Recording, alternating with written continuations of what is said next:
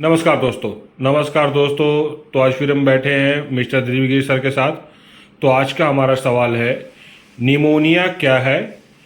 Pneumonia क्या है, ये क्या सिम्टम देता है, इसका क्या पहचान होता है, इसमें क्या खाना चाहिए और क्या परहेज रहता है, ये सर डिटेल में बताएंगे आज। नमस्कार सभी दर्शकों को मेरी ओर से।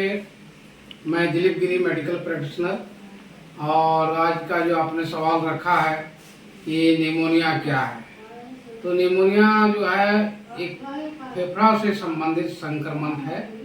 ये फेफड़ा में संक्रमण होता है, बच्चों में और वृद्धों में देखते हैं कि ज़्यादा पाई जाती है।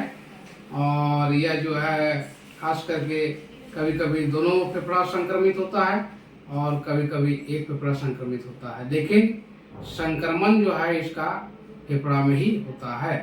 अब रही बात की निमोनिया कई प्रकार के होते हैं, लेकिन विशेष करके जो है बैक्टीरियल संक्रमण, जो बैक्टीरिया के द्वारा संक्रमित होता है उसे बैक्टीरियल इन्फेक्शन कहते हैं, और जो वायरस के द्वारा जो संक्रमित होता है उसे वायरल इन्फेक्शन कहते हैं। अब रही बात की निमोनिया जो है लक्षण, जहाँ तक आपने सवाल किया तो इस संदर्भ में हम कह सकते हैं कि निमोनिया में तेज बुखार के साथ साथ खांसी के साथ साथ जो है दम फूलता है, चाहे बच्चा हो या वृद्ध हो, दम बहुत फूलता है। वही पहचान है आपका प्रथम जो है देखते हैं कि निमोनिया का। तो बच्चों में तो खास करके दवा दी जाती है, लेकिन आप वो दवा के साथ साथ जो है चिकित्सक ये भी बताते हैं कि 6 वर्ष तक जो है दोहरा पड़ने का चांस रहता है। और इसी को ध्यान में रखते हुए एंटी एलर्जिक जो है दवा, या तो एंटी बैक्टीरियल के लिए हम लोग एंटीबायोटिक का भी प्रयोग करते हैं। और जहाँ तक सवाल है हपनी का, तो हपनी जब होती है तो इससे मरीज को हम लोग जो है हिदायत देते हैं कि भाई ठंडा सामान जो है नहीं खाना है, ठंडा से बच के रहना है।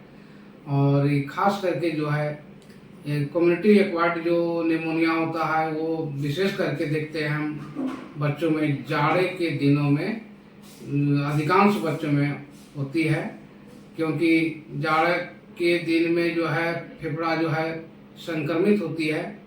और इसी को ध्यान में रखते हुए वैसे बच्चे को ठंडा से अनिवार्य है बचाना।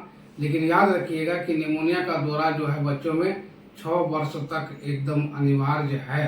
6 वर्ष के बाद जैसे जैसे उसका जो है शरीर ग्रोथ करेगा, इम्यूनिटी पावर बढ़ेगा, वैसे वैसे दौरा कम होगा, लेकिन 6 वर्ष तक इसको मान के चलिएगा।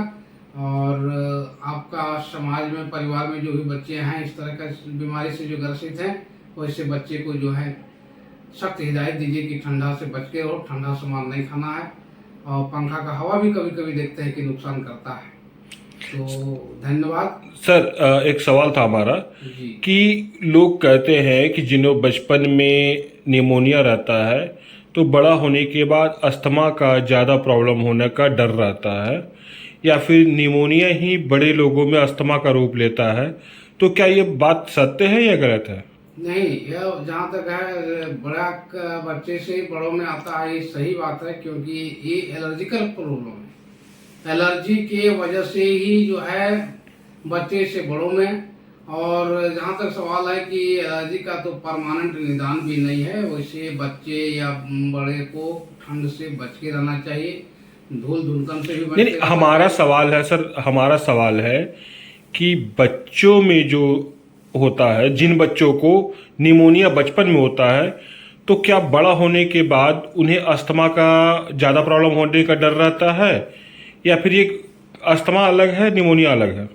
नहीं, बच्चों में निमोनिया है, बड़ों में वही अस्थमा कहा जाता है, सेम है, इसमें कोई अंतर नहीं है। तो उन्हें, जिन्हें बचपन में निमोनिया होती है, तो उन्हें क्या बड़े होने के बाद अस्थमा का डर ज़्यादा रहता है? हाँ, ये तो निश्चित है कि भय बना रहता है। और ये जो है कह सकते हैं कि हेरिडिटी यानी आनुवंशिक रोग है।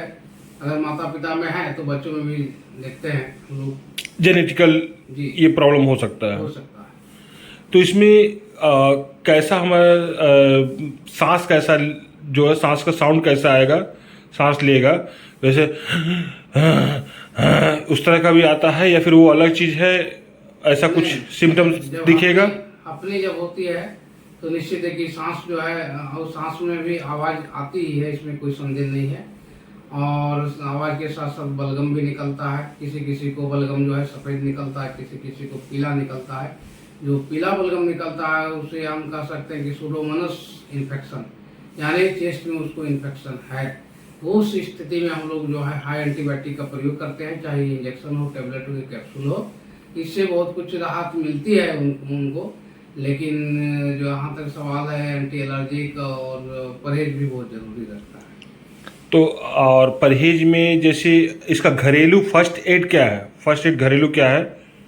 पहले तो घरेलू उपचार में जैसे घी लोग पिलाते थे तो इससे भी राहत मिलती थी। आजकल आयुर्वेद में देखते हैं कि कहीं कहीं गुलकी और घी का प्रयोग करते हैं लोग। कहीं कहीं देखते हैं कि तुलसी पत्ता का काढ़ा भी बना के जो है देते हैं अपने बच्चे को या बुजुर्ग को।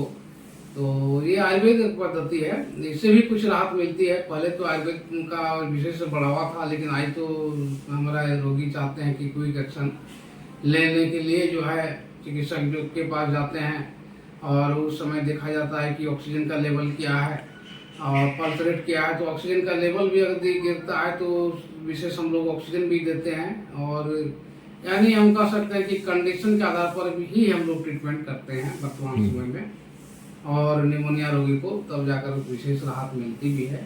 इस स्थिति में जो है फ्लूइड जो है सख्त मना है। फ्लूइड यदि निमोनिया मरीज को देते हैं तो फ्लूइड के माध्यम से जो है या फ्लूइड के द्वारा जो है हफनी और तेज होगा, इसको भी ध्यान में हम लोग रखते हैं।